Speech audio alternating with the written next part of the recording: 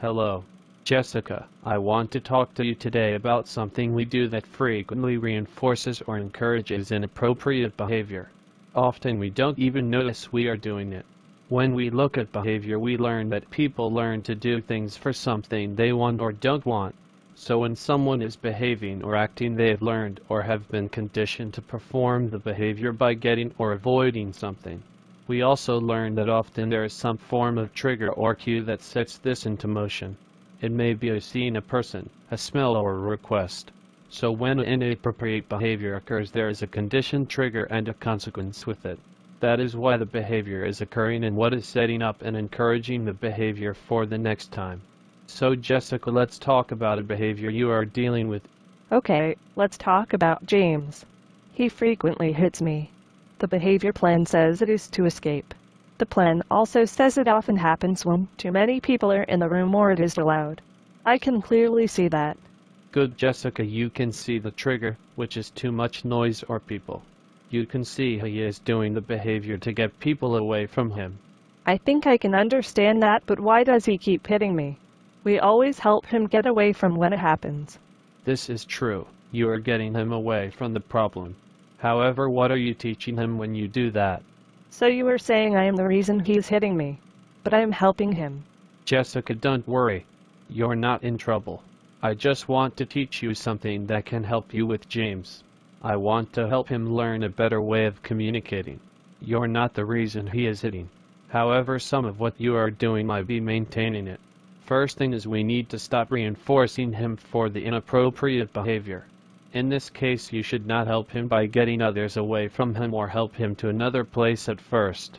I thought we were not supposed to ignore them, and we are supposed to help them get their needs taken care of. Jessica, I don't want to ignore James, just his behavior of hitting you. Don't let that behavior be the reason he gets what he wants. We will need to get him to do something to stop the behavior first.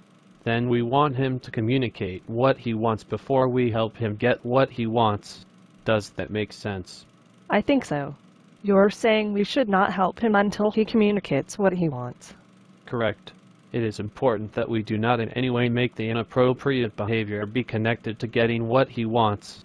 However, if he hit you and you ask him to request what he wants, he may still connect it to the behavior. That is why we have to get him to do something else first. This is called differential reinforcement. There are different kinds. First off, the way he should be able to get or get away from something with the behavior is when acceptable replacement behavior is used.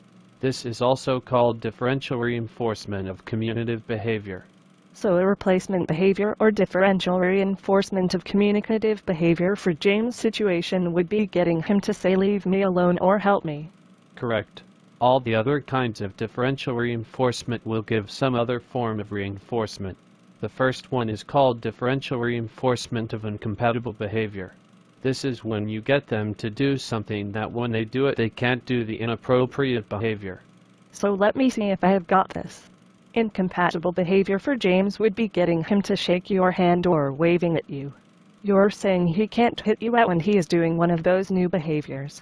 I would then reinforce him by praising or giving him smaller reward for doing one of those behaviors.